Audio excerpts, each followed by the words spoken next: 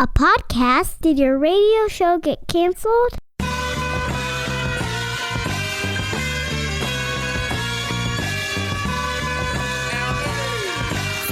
Fire. Low down and filthy, but the discipline is on point. Schooled myself, made my own dojo. A cold flow with the whole dose of soul. Maintain composure, even in theory. An anomaly, properties undiscernible to mere peasants. This week on The $1 Million Plan, we talked to a man who's about to have a baby. So say my notes. But if that were really true, you would have read about it in the tabloids. I think he's got a lady friend who's with the baby. And that man joins me now. Drew, I assume you physically are not having a child. You are correct. That would be my wife. Can you imagine how much we'd complain if we were having the babies? Oh, it would be awful. I would be sitting on the couch all day long, eating nothing but ice cream and watching movies. I took a month off because I had a runny nose. That's not... All right, so Drew, you're a 31-year-old yonker, which on the standardized testing means that you're a young man. You're having a baby here soon. When's the baby getting here? February. How many? Tell us about your household. What's the income? Who's working? Who does what? Wow, all this good stuff. Yeah, absolutely. So both my wife and I work. Annual gross income is $134,000. Okay, how's that divided? And, who makes what? It's about 50-50. Okay, 50-50. And so then when the baby is here, will you or your wife stay at home? We both plan to keep working. Okay. So right out of the box, what we're dealing with is an issue, a child care cost issue. Do we know how that's being dealt with? We have started looking at daycare options, so I have an idea as far as how much it will cost, but it's definitely a little intimidating. Where in the country are you? Like whereabouts? The southeast. Southeast. You like to bass fish? I do, yeah. Oh my gosh. Nicole, are you excited? Almost as excited as you are. Oh my gosh. All right, we'll get back to fishing here once we solve some problems. Let's get to the work first and we'll play here in a bit. All right, so in Southeast, what's daycare going to cost a month for a new human? I'm thinking about $800 a month is where we're going to be. Okay. So where in the hell is that $800 a month going to come from? Well, we do have extra money in the budget. Just to kind of give you a little background, we're coming up on just our 4-year anniversary, and we've been kind of cruising along, very little financial stress. We've had extra money in the budget typically every month that we've been able to save up, and we've done a lot of projects around the house with that money. Okay. So with that being said, that's kind of where we plan to take the money from extra savings that we've had in the past and put it towards all of these extra child care expenses. Okay, so on a monthly basis, you've had a ton of margin, and this margin has gone to fund some projects, and it's also gone to savings. But now you're not going to be saving the $800 a month or more, really, with diapers and formula and everything else. Instead, that margin is going to be used for the child. Is that the way what you just said? Absolutely. Okay, so how much do you have in savings? Just like boring old savings. We have $20,000 in our checking or savings account, and then we have an additional $39,000 that's in just a brokerage account outside of retirement. Nice. Now, did you guys save and invest all this money, or did someone die and give it to you? Like, how do you get this money? Some of the $39,000 did come from an inheritance. Some of it came from stock that my wife had at her previous place of employment that we sold. Yeah. And then some of it came from just plain old savings. I don't know why I sniffed out that was inheritance money. It felt that way. That seems judgmental of you. It's not. It just felt that way. I don't know why. I feel like I'm a medium or something. Like I can speak to people on the other side. No. And actually, when we received that money about a year ago, we had no clue what to do with it. Sure. And obviously, you want to make sure that you're being responsible and honoring the person who left it to you. Mm-hmm. So we really had no clue what to do with it. So I kind of threw it in this account and put it in an index fund and haven't touched it since. It'll be good to get a good bass boat with that eventually. But so how about long-term investing? What have you done in terms of long-term investing? We have $112,000 in retirement accounts. Nice. That's good. How much are you putting a month towards those? About $1,650. It's actually a little bit higher depending on where my bonus is. So we'll average a little bit more than that this year, but typically on a regular month, that's about where we're at. You're putting about $1,650 a month Correct. toward. Okay. I don't know. I got to change your $1 million plan numbers. I totally butchered them putting them in. So Nicole's got them set up for us, but they're not applicable because I entered the wrong numbers. So I'm just going to verbally give them to you. Your $1 million day. Do you have an idea of when you think the day you'll become a millionaire at your current pace is? Do you have a? I'm going to make people start guessing. Do you have a guess? It should be when I'm in my 50s. I don't know what hell, year I can't that do would that be. math. Oh, gosh. Let's see. It'd be 30 years from now. So No, you're 31. 2047. You're 31, right? 2048. Yeah. Right. Okay. You are going to be a millionaire with $112,000 currently set aside. You're putting $1,650 a month away towards retirement, right? Is that right so far? Yeah, 1,650. You are going to be a millionaire on May 14th of 2033. That's not far wow. from now, dude. It's like, what, Better than I thought. Yeah, me too. That's 16 years. You'll be 47. Will you have a receding hairline? What's the hair happening? What's going on upstairs for you? Anything good? It's amazing that I still have my hair on both sides of my parents. Wow. There's definitely no hair, so I'm amazed I've lasted this long. But I figure with the stress of a child that's soon coming to an end. So that's good. And then at retirement, again, at your current pace, at age 67, which is considered to be your retirement age, you'll have, this doesn't even seem real, but it is real, $6.1 million. And you'll have $14,223 a month of income after tax, but it will feel like in today's dollars, because of inflation, it'll feel like $5,800 a month of income. That's pretty darn good, right? Yeah, good. Not maybe not great. It's not great, but here's what I think we'll do.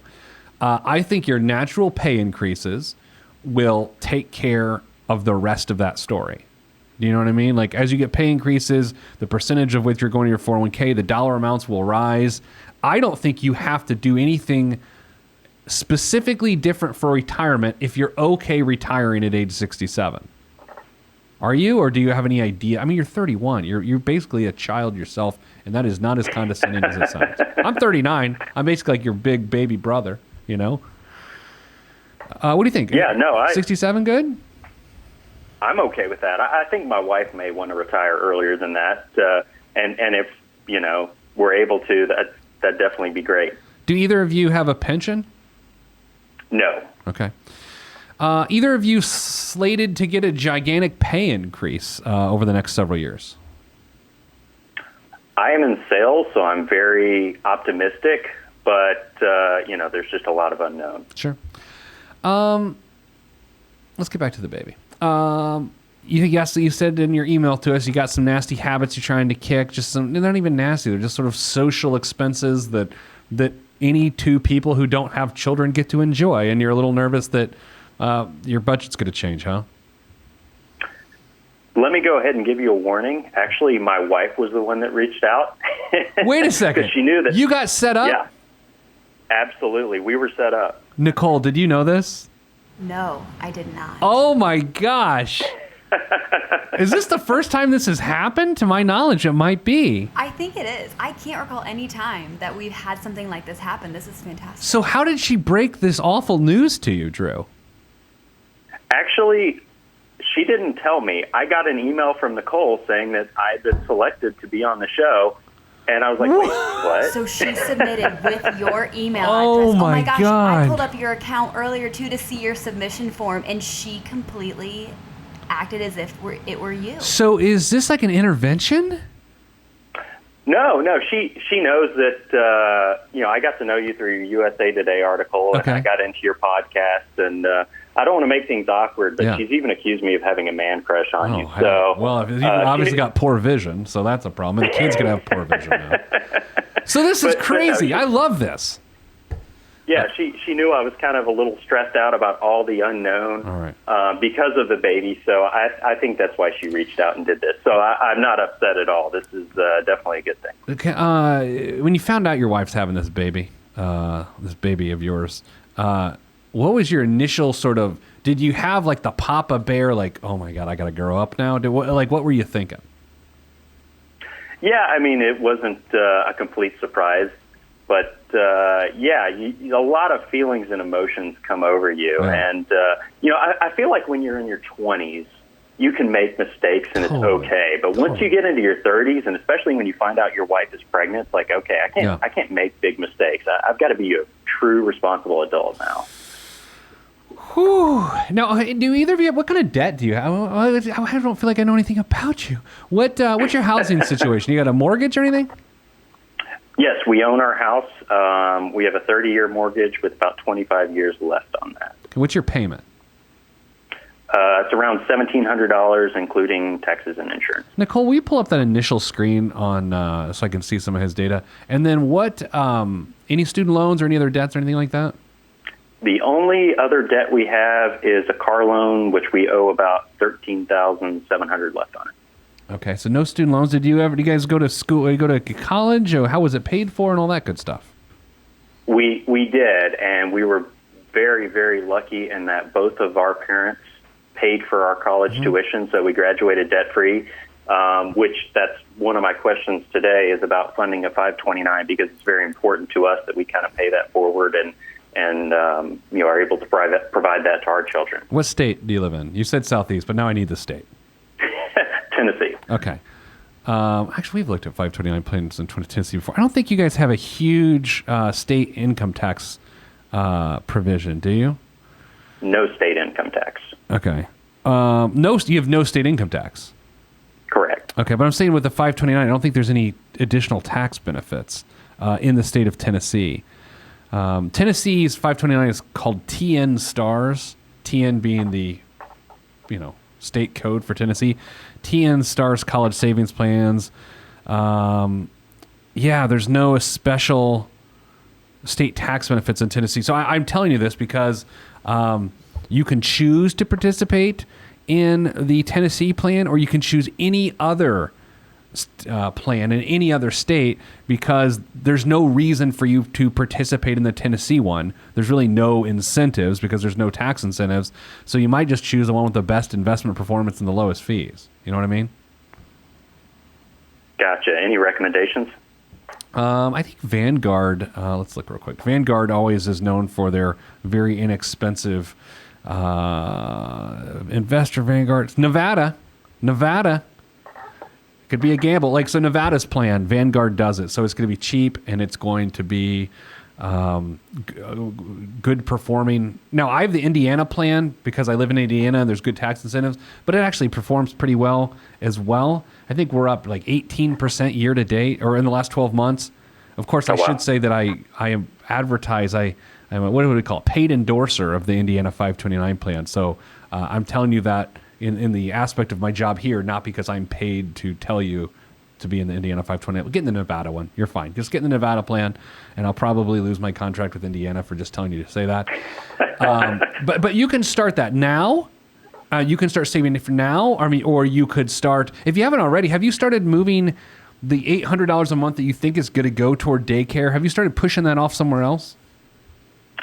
Yeah, we have been kind of saving up because when my wife is off work after the baby arrives, we will lose her income for that 12 weeks. So we have started saving for that period. So she gets no pay for her maternity leave?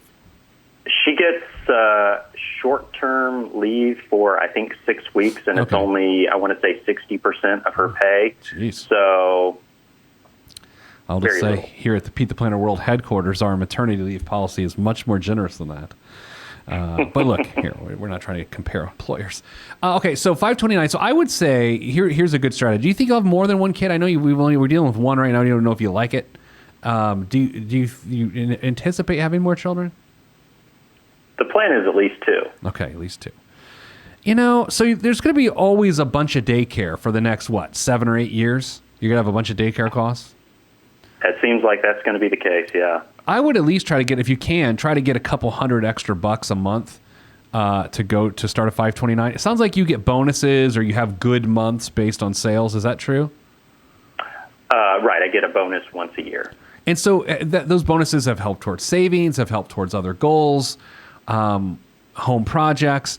I think going forward, what your bonuses do are going to change quite a bit with a kid more than anything. What sort of bonus are we talking? Like 15, 20 grand?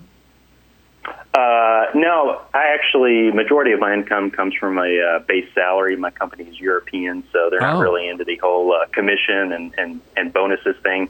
So last year, just to give you an idea, it was around $8,000. Okay, $8,000 cleared after taxes, or those are the gross $8,000?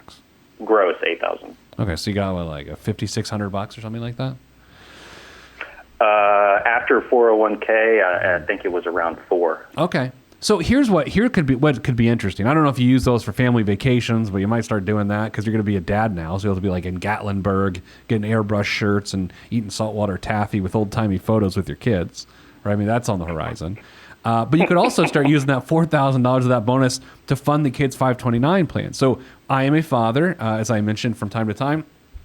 Sometimes I get a bonus at the end of the year based on how our company does here. People get bonuses, and I use mine to fund my kids' college education. So I think what you'll find is what your bonus does is going to change.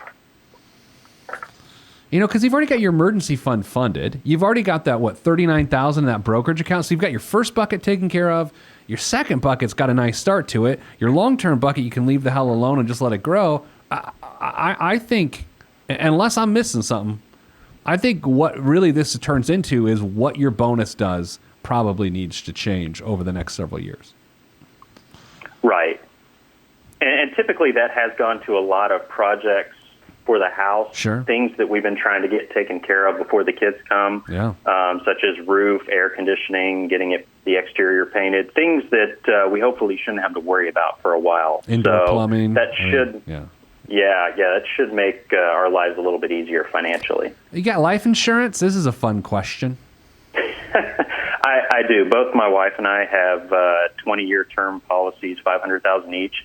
And actually, I have begun the process to look into new options, and that's one of my questions for you because I want to up that to $1 million for me.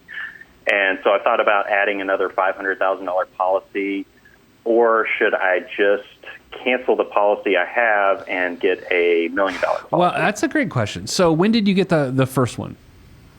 4 years ago when we got married. Okay, so you're only 27. Has your health changed significantly?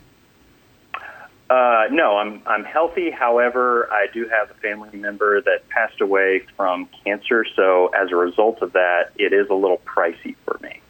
Really? Just for one family member with cancer? Yes. What? That doesn't make sense.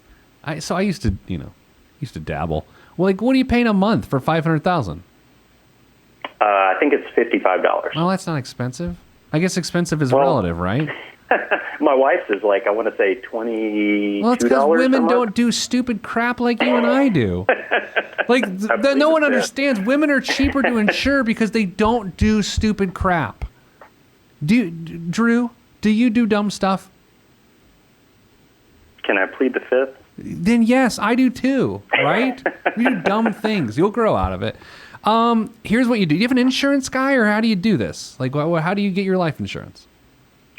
Just through the company that we use for auto and home That's insurance. fine. Call that person up and say, can you give me a quote on $1 million and then give me a quote on 500? Okay? And then all you have to do, and just tell them about your history, and this is even before you get qualified, then you just add the premium of the 500 you already got going to the new 500, and then compare that to the cost of the $1 million is replacing the 500. That's all you have to do. It's really pretty simple. You know what I mean? Gotcha. So there's no benefit to having two policies with two different No, absolutely not. Other than, I do like the idea of replacing it. 4 years, you should be able to replace it because there's going to be enough bulk discount because you get $1 million versus 500. Right. And then the other idea here is, too, it's like, well, you didn't die over the last 4 years. So that's 4 years wasted on a 20-year policy. Let's restart the clock and get another 20 years. You know, because then you'd only have 16 and 20 years. And so, yeah, I'd like you to go $1 million, but Who knows? Who knows? 55 a month's not bad, dude. I've got, let's see, I have $2.5 million or something like that. 25-year policy. I think I paid $90 a month. Right? It's a hell of a lot of coverage. That's why Mrs. Planner is always just like, don't wear a helmet. You know, like when I go out on a bike ride or something. Who are we kidding? I don't go on bike rides. What else? Do you have a will? Do you have like a will? Hey, if I die, my wife gets my baseball cards or anything like that? Do you have a will? That is the one thing that we have not done. Where's my disappointment bell? Where is it? I know, and I knew that was coming. I knew you were going to ask about that. It's the disappointment bell. I just slapped my car keys against a copper pig. Jeez, this is a low-budget ass show. So, at the very least, go to LegalZoom and get like a $65 will. Because here's the thing. This is not about, we're going to leave the kids my this or that. This is really about, my wife is calling my phone right now. Should we put her live on the air, Nicole, or do you think that would be a bad idea? Let's do it. I don't think, that's the wrong answer, Nicole. That's the wrong answer. Yeah. So it really, Drew, the issue is not about who gets your stuff. It's who gets the kids. If something happens to you and your wife at the same time, you want to know who is going to take care of your children. And that's obviously a conversation you're going to have with those people. And but that's a big deal. Like that needs to be done by February. Okay. Right. I mean, have you and your wife talked about that? Like you don't even have the kid yet, but let's say something happens to you guys go on a date night and, you get food poisoning. It's really bad food poisoning, and you're dead. And there's the baby with the babysitter. Like, who's taking care of the baby? This is all horrifying stuff. Now you have to think about. And we started to talk about that, but we don't really have an answer yet. Can I remove myself from the conversation? From like, I won't take care of your kid. You were kind of the top candidate. Oh boy. I'm pretty good with babies. Oh, just wait until your baby poops on you for the first time. That's love right there. And you're just like, and you keep it. You're like, all right, you can still stick around. I'll just wash it. And it's fun, man. It's fun. Are you guys going to do you haven't even talked like the night strategy of like who's feeding who, and are you getting shifts with an F? Like, are you, like, have you guys discussed that yet? A little bit. I'm more of a night owl, whereas she's more of a morning person, so it kind of will work out. Oh, so you think. You guys you dine out a lot now. Do you do a lot of carry out? More than I'd like to admit. Okay, so that when you both work full time, it just a lot of times you just get home and there's nothing in the pantry, so it's the easy option. Do you guys enjoy an adult beverage from time to time? I do. My wife currently does not. Well, that and was it's not a sore point at all. Yeah, that was a test. I'm from like child protection agencies. So here's where we go then. Your booze intake will increase significantly, and your booze budget will increase significantly within like the first 9 months of having a child. Because you're at home. You got nothing to do. You're just like, let's drink. That's what's going to happen. You know that's happening, right? Oh yeah, and my wife likes the craft beers and all the fancy, expensive stuff. So that's a good point. She likes the hoppy beers, or is she like the hoppy beers, like a sucking on a pine cone beer? You know. I'm more of an IPA guy. Yeah. She's not so much. Oh, well. What else? What other questions can I answer for you?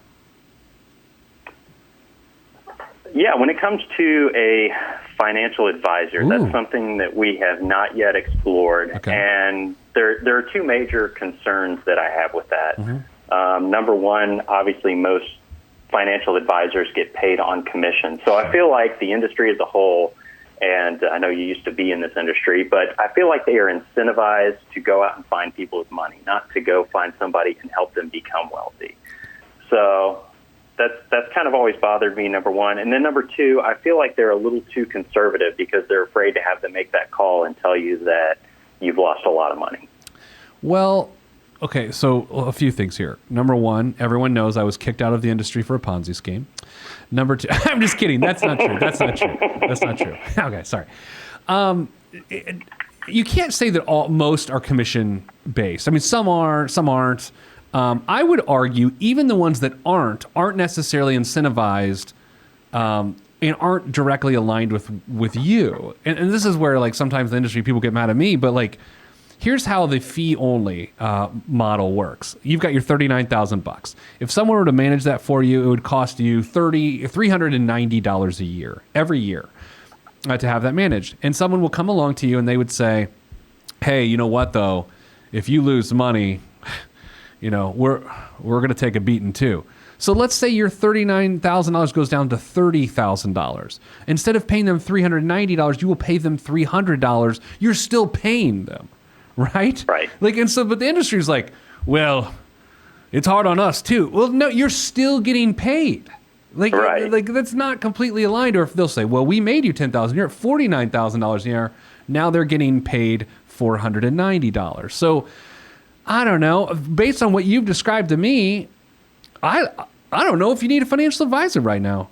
To be honest, like you got your stuff together, you're aggressively saving for the future. You don't have really any debt. You've got an emergency fund. You got a brokerage account. I don't know how you said it's in an index fund.